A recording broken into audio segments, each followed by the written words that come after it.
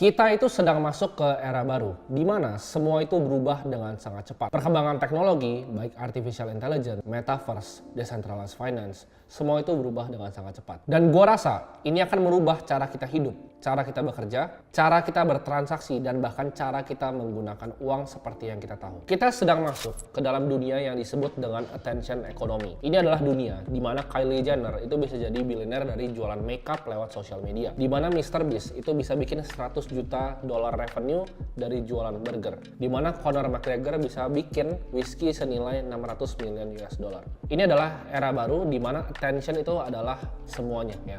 Ini udah dibuktikan bahwa kita tahu banyak banget YouTuber bodoh yang dapat uang banyak karena dia bisa gain attention untuk dirinya. Ini adalah era di mana anak umur 20-an tahun ya, bahkan teman-teman gue ada yang gue tahu itu mempunyai income lebih besar dibanding banyak direktur-direktur dari perbankan yang ternama di Indonesia tanpa pengalaman kerja di korporat sekalipun. Kalian sekarang nonton ini di sini sekarang, kalian klik video ini itu karena kalian pengen belajar investasi. Jadi kalian dengerin apa yang bakal gue omongin secara detail karena gue akan ngajarin gimana caranya kalian manfaatin attention economy ini untuk dapetin uang yang nggak pernah kalian lihat sebelumnya. Di sini gue pengen transparan dan jujur sama kalian. Kalian bisa lihat gue seperti ini sekarang, bisa berhasil di bidang investasi. Itu bukan berarti kalian bisa tiru sama persis dan bisa dapat uang yang sama. Semua orang itu punya startnya yang beda-beda dan semua orang itu punya tujuannya yang berbeda-beda. Jadi kalian nonton video ini nggak menjamin kalian pasti bisa investasi. Karena seperti kalian tahu gue memang sengklek di kepala, gue udah mulai dari 15 tahun ya. Mungkin kalian masih main gundu, gue udah baca buku-buku tentang security analysisnya Benjamin Graham. Jadi gue udah belajar tuh cara valuasi perusahaan dari umur 15 tahun. Tapi gue jamin, kalau kalian nonton video ini secara detail dan kalian konsisten, walaupun mungkin nanti hasilnya nggak sesuai sama yang kalian mimpikan uangnya, tapi pasti ada hasil yang kalian bisa lihat di kemudian hari. Mungkin kalau kalian bandingin sama gue, kalian akan ngerasa oh terlalu jauh dan nggak bisa dicapai. Tapi di sini gue akan kasih contoh orang biasa, yaitu teman gue sendiri. Dia itu teman gue dari zaman dulu, makan warteg bareng segala macam. Dia mulai nyemplung di dunia kripto itu dari tahun 2020 ya. Jadi waktu itu dia kerja di salah satu perusahaan. Perusahaannya itu gajinya mungkin kurang dari 10 juta. Dia nggak tahu apa banyak, tapi dia mulai dengan 10 juta. Tapi dia konsisten dan disiplin ya. Jadi waktu itu gue pernah buka di HP-nya, screen time dia nggak buka salah satu exchange, itu 3 jam sehari. Dia benar-benar analisa, belajar ya. Gue sempat ajarin dia juga apa yang gue tahu ya. Sistem yang akan gue ajarin ke kalian tuh gue kasih tahu ke dia. Kalian tahu ini portfolio yang sekarang ya. Jadi portfolio dia berubah dari 10 juta sampai 1 miliar. Waktu itu dia mulai koleksi BNB itu dari harga 30-an dolar ya. Dan dia beli Solana pas masih murah banget. Jadi dia ubah 10 juta sampai 1 miliar. Kalian lihat di sini. Dan ini adalah orang biasa. Pinter-pinter banget juga enggak ya. Dan ini gajinya di bawah 10 juta. Jadi kalau dia bisa, gue yakin kalian juga bisa untuk mencapai 1 miliar pertama dengan strategi yang sama.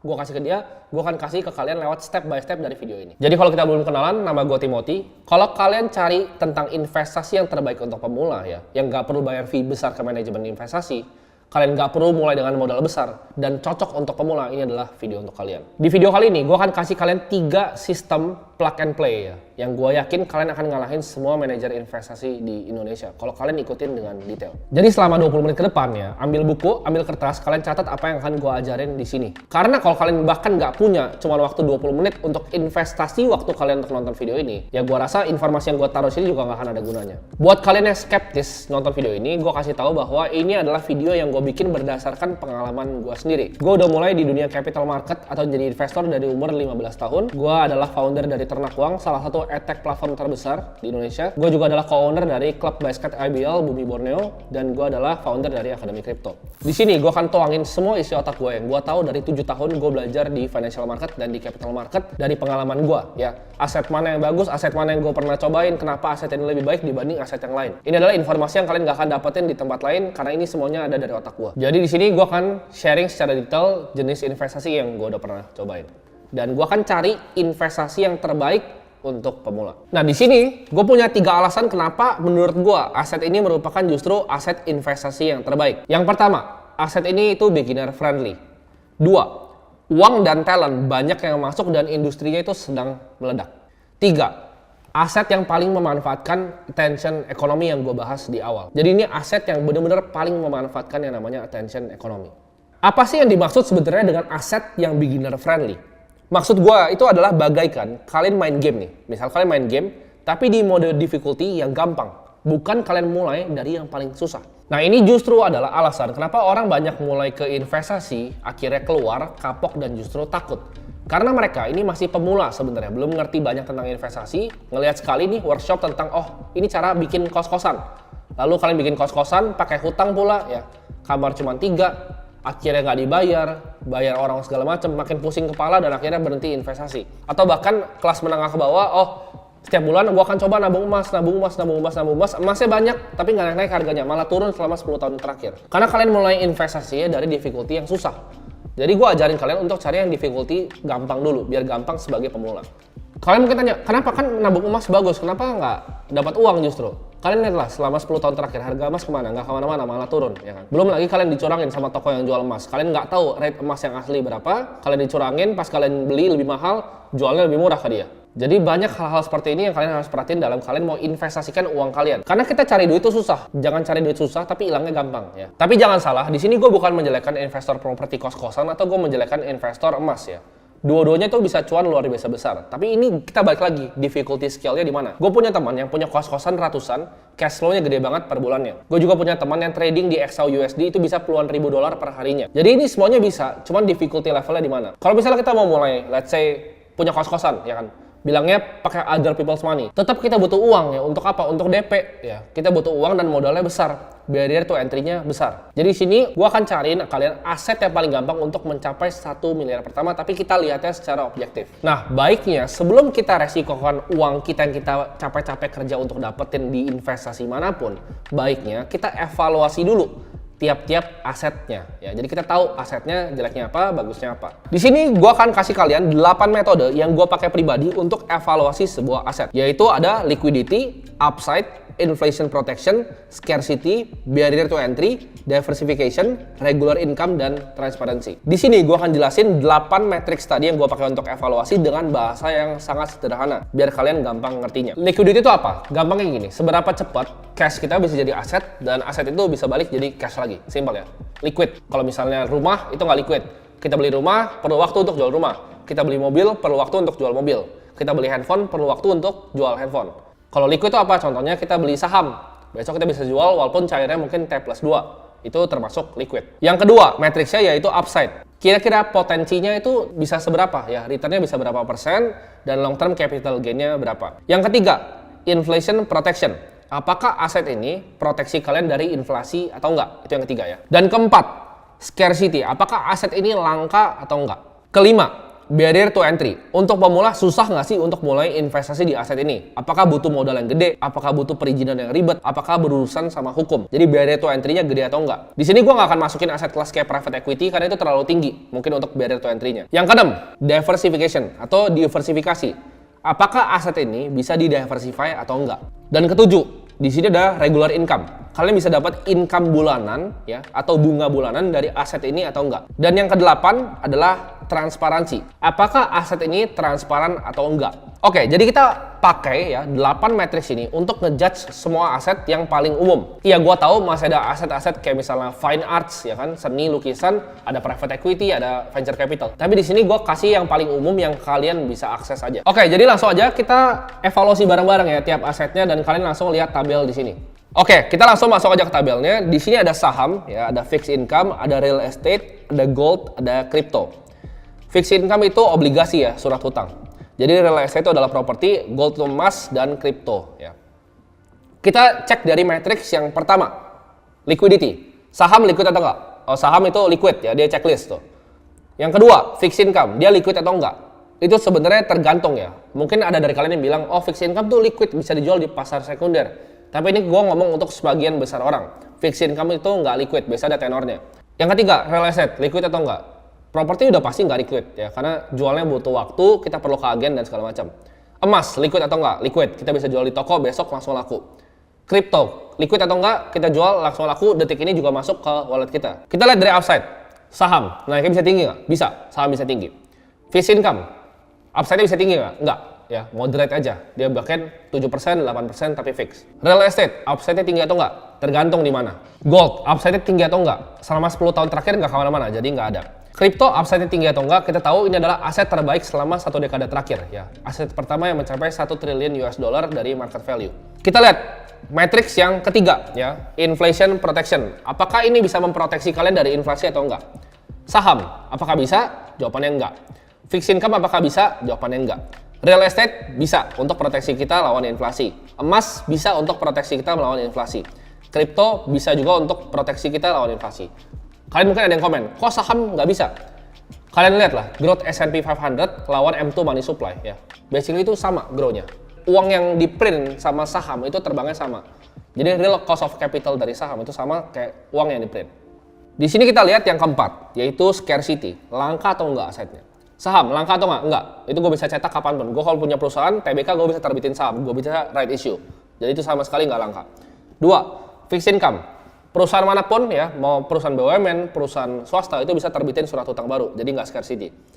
Real estate ya, itu bisa didebatin langka atau enggak, tapi buat di sini gue akan bilang langka ya. Kenapa? Karena tanah terbatas ya, cuma diciptakan sama yang maha kuasa, cuma terbatas, jadi orang rebutan untuk beli tanah, jadi anggaplah terbatas. Emas, kita tahu emas itu punya limited supply, walaupun ada biaya eksplorasi, dia bisa eksplorasi untuk grow supply 2% setiap tahun, tetap gue hitung sebagai langka. Dan kripto apakah langka? Yes ya, karena Bitcoin itu cuma ada 21 juta koin yang pernah akan diciptakan. Di sini kita lihat lagi dari barrier to entry. Saham, gampang nggak untuk beli saham? Gampang. Banyak sekuritas bahkan di bawah 100.000. Jadi gampang masuknya. Fixed income. Nah ini bisa didebatin lagi nih, antara kalian mau masuk pakai reksadana atau kalian masuk langsung straight ke fixed income-nya. Kalau langsung itu biasanya ada minimumnya, ada lumayan gede. Kalian nggak bisa main beli bonds misalnya AAA yang bagus tapi uangnya sedikit, pasti miliar-miliaran. Jadi gue akan bilang itu lumayan lah. Real estate barrier to entry-nya tinggi. Kenapa? Karena modal awalnya besar. Nggak semua orang bisa langsung beli properti. Ya. Kecuali kalian mau ikut equity crowdfunding terserah. Tapi itu biasa kalian ya dikerjain lah sama yang punya ECF-nya. Gold, ya kita lihat gold. Barrier to entry-nya gampang nggak belinya? Gampang. Bisa beli kepingan kecil-kecil. Atau bahkan digital. Kripto gampang nggak belinya? Gampang. Tinggal buka exchange. Ya. Jadi kita evaluasi asetnya benar-benar objektif. Nah kita lihat lagi dari sisi diversifikasi. Saham bisa diversifikasi? Bisa. Kita bisa cross sektor ya, kita bisa beli di perbankan, kita bisa beli di poultry, kita bisa nyebrang ke teknologi. Bahkan bisa cross negara, bisa di Indonesia, bisa di Jepang, bisa di Amerika. Fixed income, bisa diversify. Ini bisa didebatin sih, ini juga bisa didebatin. Kalau kita bilang diversify antara kelas obligasinya bisa mungkin ya, yang mungkin AAA sama kita cari yang grade B yang lebih rendah, tapi bunganya lebih tinggi, kita diversify antara bonds yang benar-benar bagus, government bonds sampai corporate bonds yang junk bonds itu bisa diversify, jadi bisa. Real estate, ini sulit ya. Karena kalau kalian beli properti biasanya cuma beli satu, ya, karena mahal gitu. Kecuali uang kalian udah sultan gitu, kalian bisa diversify across negara. Contohnya, satu beli di Monaco, satu beli di Dubai, tapi itu kan tuh nggak mungkin lah. Kalian nggak nonton video ini kalau kalian bisa kayak gitu. Gold, emas, apakah bisa diversify? Enggak, ya cuma satu emas. Kripto, bisa diversify? Bisa. Kita bisa mau yang metaverse, mau yang DeFi, mau yang store of value, mau yang macam-macam itu bisa di-diversify mirip dengan saham per sektornya. Nah, regular income, dapat uang bulanan nggak? Saham, bisa. Cari saham yang ada dividennya, kayak batu bara itu bisa dapat dividen. Fixed income, pasti dapat, karena ya itu tujuannya untuk dapat bunga. 3, real estate ya.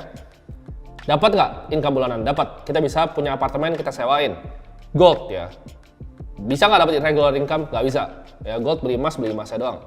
Kripto dapat income bulanan bisa nggak? Bisa, dari staking. Nah, yang seru nih, transparansi. Saham apakah transparan atau enggak? Kayak kalian mungkin tahu jawabannya ya. Kalian aja nggak bisa lihat kode broker, tapi bandar bisa lihat kalian punya. Ya. Ada yang tahu nggak kalian? Kalau trading kalian itu bisa di front run sama sekuritas kalian sendiri. Jadi ini bukan rahasia publik, tapi trade kalian sekuritas bisa lihat dan mereka bisa front run duluan semua trade kalian. Jadi apakah transparan? Gue nggak yakin. Karena kalian aja nggak bisa ngeliat DPS orang kok, tapi mereka bisa lihat kalian punya barang. Kedua, fixed income, apakah transparan? Ini gue nggak usah contohin pakai yang Indo ya, karena di Indo ntar bahaya gue. Jadi gue contohin pakai di luar yang udah kejadian. Kita lihat Goldman Sachs terbitin bonds ya, 1MDB fund-nya dari Malaysia. Itu apa yang terjadi? Ditipu kan? Jadi apakah bonds transparan? Nggak juga. Dia bisa bohong bikin untuk ini, tapi untuk cuman raise capital doang. Itu bonds. 3, real estate, apakah transparan? Yakin nggak lo transparan? Lo punya tanah nih, ya kan? Lo punya tanah, terus ada developer gede gitu. Developer gede mau bangun sebuah kompleks di tanah lo. Dia akan tawar pasti harga yang bagus. Nah, gitu. Jadi apakah transparan? Nggak juga. Terus ntar dia pakai berbagai macam cara lah untuk keluarin lo dari lahan lo sendiri. Jadi tanah lo apakah punya lo belum tentu gitu. Nah gold, transparan ya somewhat lah. Gue tahu ada kartelnya, ada mafia, tapi gold somewhat transparan. Kripto, lo bisa lihat semuanya ya. Mau Ethereum lo bisa cek di Etherscan. Lo mau lihat Bitcoin, lo bisa lihat di Block Explorer-nya. Semua on-chain dan transparan, lo bisa lihat semua transaksinya. Justru orang yang bilang kripto tuh dipakai untuk trafficking orang, dipakai untuk kejahatan ilegal, itu orang paling bodoh. Kenapa? Karena kripto tuh justru paling gampang untuk kalian track ya, gampang banget untuk kalian track. Nah jadi kan dari tabel ini kalian udah lihat nih kira-kira, dan kalian tinggal judge sendiri aja. Ini evaluasi gue pribadi ya. Jadi ini tabel kalian nggak akan ketemu di mana-mana, karena 8 matriks ini yang gue cari. Karena waktu itu gue ibaratnya dalam pursuit lah, gue pengen mencari aset kelas yang terbaik untuk diri gue sendiri. Jadi gue ketemu 8 matriks ini dan gue bandingin.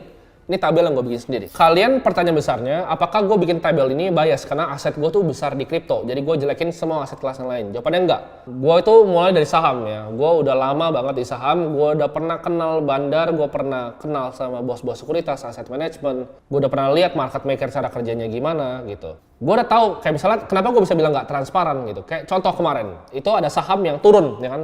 Saham market cap besar yang turun. Depannya G, belakangnya O, kalian tebak sendiri. Itu turun tuh, ya kan, retail kekunci. Contohnya transparan, ARA ARB, ya kan.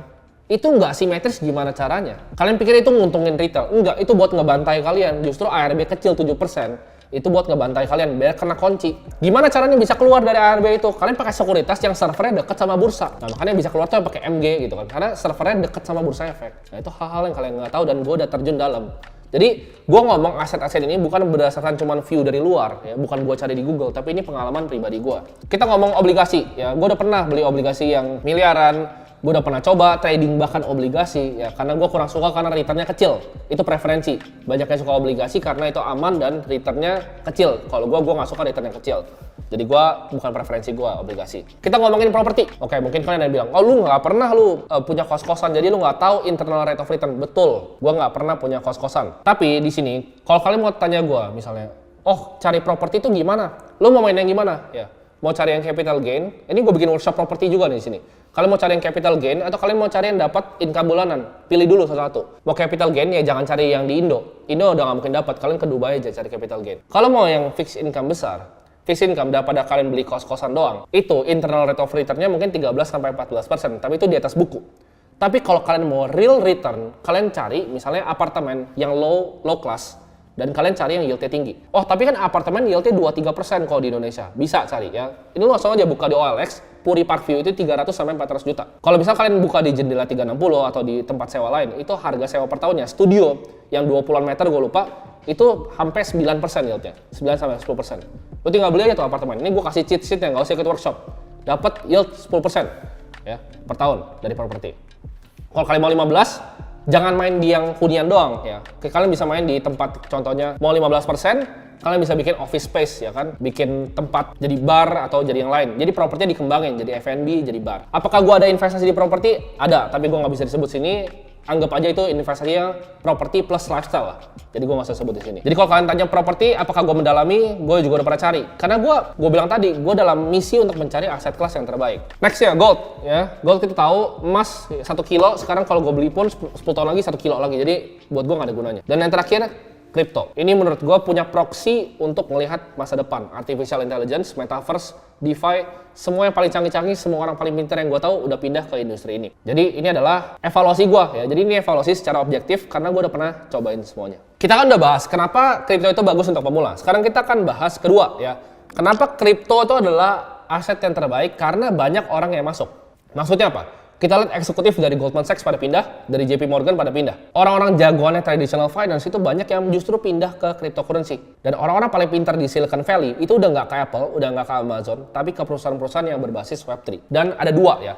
Kita tahu industri itu meledak kalau ada dua. Satu perpindahan talent, satu itu uang besar masuk. Maksudnya apa? Kita lihat venture capital firm seperti Andreessen Horowitz dan lain-lain, itu pouring uang gila-gilaan. Sequoia bikin fund crypto, itu gila-gilaan uangnya ya. Tiger Global. Kalau kita lihat uang udah masuk dan talenta udah masuk, itu industrinya pasti akan meledak. Ini kayak kita masuk industri teknologi internet zaman 2000. Orang pada berbondong-bondong masuk duit dan orang. Sekarang ini sama. Dari yang Amazon, Facebook, Tesla, Netflix itu pindah semua ke Web3. Alasan yang ketiga, kenapa menurut gua kripto bagus adalah attention economy. Ya, kita lihat ini udah dibuktiin sama Elon Musk. Karena ini sebenarnya NFT kenapa bisa meledak? Karena itu adalah social token. Cobalah kalian pikir, siapa yang mau beli sebenarnya gambar monyet 2 miliar? Kenapa Justin Bieber beli 3 biji? itu adalah social token. Karena zaman sekarang semua itu serba sosial media. Jadi kalau orang bilang use case NFT ini bla bla bla bla bullshit menurut gua. Use case itu cuma satu. Gambar monyet itu bukan buat investasi, bukan buat apa, tapi untuk pamer. Jadi kalau misalnya sekarang gua pakai Rolex atau gua pakai Patek gua gitu, orang tahu kalau ketemu oh dia punya jam 1 miliar gitu. Tapi kalau misalnya NFT, lu cuma lihat profile picture gua di Twitter, lu tahu oh ini orang gambar monyetnya dibeli 2 miliar buat gaya-gayaan. Jadi itu adalah definisi dari attention economy. Dan menurut gua crypto ini thrives on attention economy plus teknologi plus sistem moneter baru. Jadi ini merupakan investasi yang menurut gua, ya gua yakin pribadi karena gua bet juga banyak aset gua ke dalam investasi ini. Attention economy ini nih gua kasih tau kalian adalah gimana caranya perusahaan-perusahaan paling besar di dunia itu ngasilin uang. Siapa sih perusahaan-perusahaan paling besar? Ya kan, simple, Apple, Google, Meta, Instagram, Netflix. Mereka dapat duit dari mana? Attention kalian. Kalau kalian pakai produk kayak Instagram, kalian kira oh keren nih aplikasinya gratis, kalian tuh adalah produknya. Karena mereka jual advertising ke kalian. Revenue YouTube, kalian nonton YouTube sekarang, ada iklan nggak tadi skippable? Yang dapat uang paling banyak siapa? Apakah gua? Nggak, gua nggak dapat duit banyak dari AdSense. YouTube yang dapat duitnya. Nah, jadi dunia ini revolves around attention. Kita lihat Kylie Jenner, Conor McGregor, Mr. Beast. Ya, Mr. Beast menurut gua akan jadi billionaire paling muda di dunia. Kenapa? Karena attention yang dia punya. Bahkan kita lihat Andrew Tate, ya kan? Dia dapat duit dari mana? Attention. Semua ini bridge on attention economy. Dan kenapa kita nggak cari aset yang attention economy paling bagus? Kalau gue beli saham di Indo, proxy-nya cuma Indo. Kalau gue beli kripto, itu global. Kita lihat ya konglo-konglo di Indonesia mana yang nggak invest di cryptocurrency, ya. Sinarmas sudah punya Nanovest, ya kan. Jarum kemarin sama Binance mau bikin bina lokal. Jadi ini adalah game yang konglo bahkan udah masuk di Indonesia. Oke, kita udah tahu di sini bahwa kripto itu thrives on attention economy. Tapi gimana caranya? Jadi yang gue janjiin di awal, gue akan kasih step by stepnya nih ya. 3 step gimana caranya kita bisa investasi di kripto yang gue ajarin teman gue untuk dapat dari 10 juta sampai jadi 1 miliar kripto portofolionya. Kita akan mulai dari step yang pertama, yaitu punya uang untuk investasi. Gak punya uang, sini gue ajarin. Nah, buat kalian yang belum punya income, ya kalian terserah lah. Kalian mau jualan barang, kalian jualan service, tapi cari income dulu ya. Dan gue harap beberapa kalian udah punya income dan udah ada yang kerja. Gak punya duit, gue akan ajarin kenapa kalian gak punya duit. Di sini gue kasih contoh ya. Ini adalah uang ya, dan ini adalah waktu. Ini yang biasanya kalian lakuin nih. Ini yang biasa kalian lakuin. Ini kalian kan pertama grafik kalian kayak gini. Kalau kalian kerja sama orang nih, grafiknya kayak gini, ya kan, set naik gini. Dari intern ya kan, dari naik 3 juta, 8 juta, manajer ya kan, VP, direksi. Tapi expense kalian ya, ini orang-orang nih suka kayak gini nih. Ikut naik ya kan, mobil dari Avanza, beli BMW X1 ya kan, Mercy C-Class. Apa yang terjadi? Nah, ini kebanyakan gaya. Ini kecil.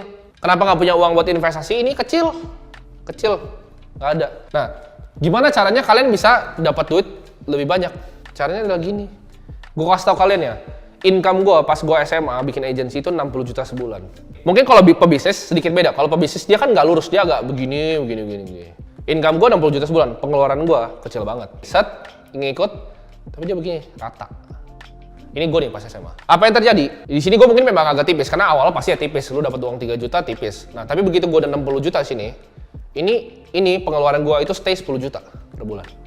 Pas gue kuliah tuh, udah 60 juta, ini stay 10 juta. Nah, ini apa nih? Nah, ini adalah tempat kita investasi. Ini kebebasan, freedom. Ya, freedom. Ini kebebasan. Makin besar gap ini, makin aman kita. Nah, apa yang terjadi sama orang banyak? Ini gue kasih tau nih, yang terjadi sama kalian nih. Kalau kalian nonton video ini ngerasa, oh gue nggak ada uang buat investasi. Satu, lu nggak tahu cara bikin income-nya. Itu lu urusan nanti lah, itu gampang. Cara income lu jualan service gampang. Lu income-nya begini nih masih nggak jelas, ya kan? Nah, lifestyle lu lebih nggak jelas lagi. Nah, ini lifestyle lu begini nih. Maksudnya apa?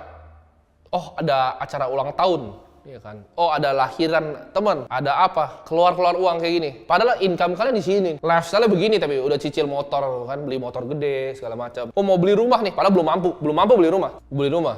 Nah, ini apa nih namanya? Kalau tadi kan gue bilang tadi freedom nih. Kalau yang ke bawah tuh freedom. Tahu ini apa? Ada yang tahu?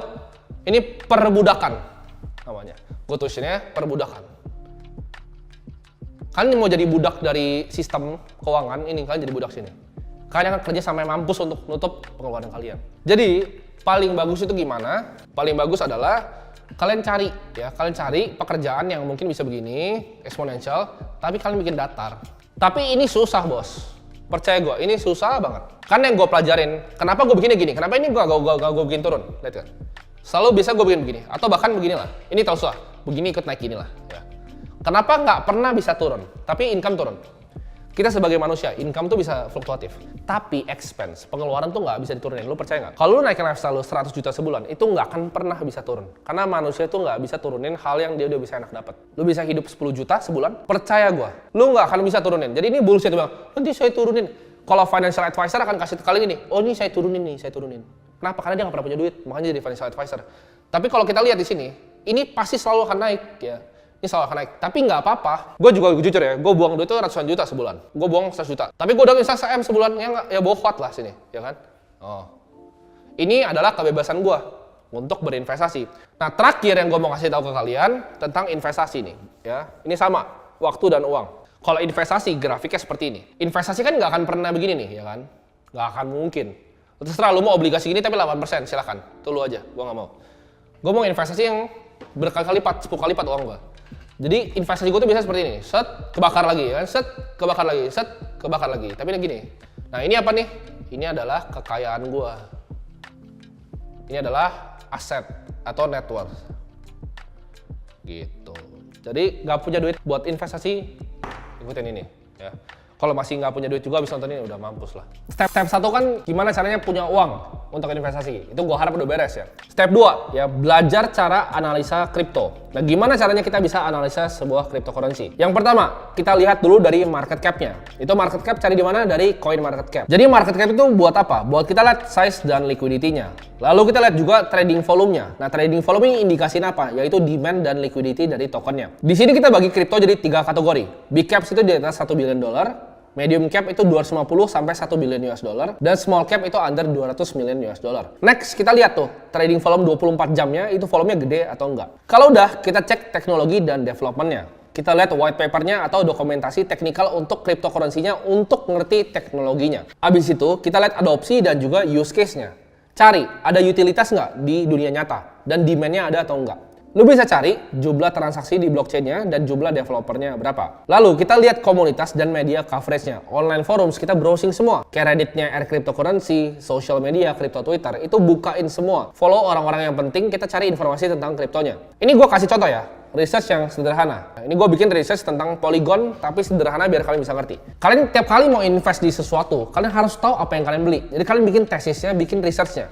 Contohnya gini, Polygon itu adalah decentralized blockchain platform yang didesain untuk support interoperability dari dua blockchains yang berbeda untuk enable scalability dan security dari decentralized application atau biasa disebut dengan DApps. Polygon itu adalah layer 2 solution yang dibuild di atas Ethereum network. Nah, Polygon ini punya market cap, kayak gue bilang tadi, kita lihat dulu. Market cap-nya 6 billion US dollar. Dan trading volume-nya 24 jam terakhir itu 172 juta dolar. Polygon ini dibuat di proof of stake consensus. Jadi kan ada dua kripto, ada proof of work, ada proof of stake. Konsensus algonya itu pakai proof of stake dan menggunakan network validator untuk secure blockchain-nya. Nah, Polygon sendiri itu didesain untuk support high transaction throughput dan low transaction fees. Bikin menarik buat DeFi dan aplikasi lain yang membutuhkan transaksi secara cepat dan murah. Polygon adopsinya itu bertumbuh signifikan dan dipakai sama banyak DeFi protokol seperti Aave, Compound, dan Balancer. Jadi kalian lihat nih, dipakai sama siapa aja dia. Polygon juga dipakai sama beberapa NFT marketplace seperti OpenSea dan Rarible dan beberapa games juga. Polygon itu punya teknologi yang kuat, development team yang aktif, dan adopsi yang signifikan. Jadi ini bisa unlock long term value untuk para token holdernya. Jadi itu adalah contoh analisa sederhana. Jadi sebelum kalian masuk ke investasi apapun, terserah mau di kripto, mau di saham, mau di properti, ilmunya bisa kalian pakai. Bikin tesis kalian terhadap kenapa kalian beli. Jadi kalian tahu apa yang kalian beli, begitu harganya turun kalian nggak panik. Kita udah bahas tentang analisa. Lalu step yang ketiga apa? Yaitu kita bikin portofolio. Ya. Jadi yang pertama punya uang untuk invest kripto, 2 kita analisa, 3 kita bikin portofolionya. Nah di sini gue akan kasih kalian pilihan ya. Kalian mau tidur yang tenang, tetap bisa cuan, atau kalian mau yang cuannya lebih besar. Ini pilihan kalian. Ya balik lagi, mau tidur tenang atau mau cuan yang besar. Kalau mau tidur tenang, simple banget. Kita bikin portofolio 60 Bitcoin, 40 Ethereum. Percaya gue, cicil aja setiap bulan 2024, 2025 lu balik lagi ke video ini. Thank you sama gua. Ya, simple banget. Itu tinggal tidur. Set aja auto invest setiap bulannya. Nah, kalau kalian mau yang cuan, gimana caranya? Gua akan kasih tahu yang gua pribadi lakuin. Kita simple, kita bisa beli 30 Bitcoin, kita beli 20 Ethereum, 50%-nya kita cari research. Mau ApeCoin, mau Aave, mau Compound, Chainlink, ya, Polygon. Kita cari yang bagus, 50%-nya kita sebar. Mungkin 10-12 lagi. Tapi koin yang akan terbang di next cycle.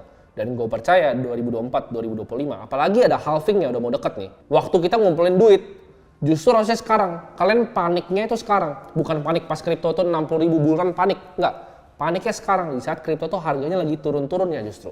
Tapi ini butuh kesabaran dan research mungkin berjam-jam untuk kalian bisa ngelakuin ini. Jadi ikutin step by step gua sistemnya. Pertama, uangnya bener dulu, beresin dulu uang kalian. Jangan kebanyakan gaya, income-nya gedein, expense-nya kecilin. Atau at least expense-nya sama karena nggak bisa diturunin. Yang kedua, kita belajar analisa. Analisa untuk apa? Untuk cari bikin portofolio yang ketiga.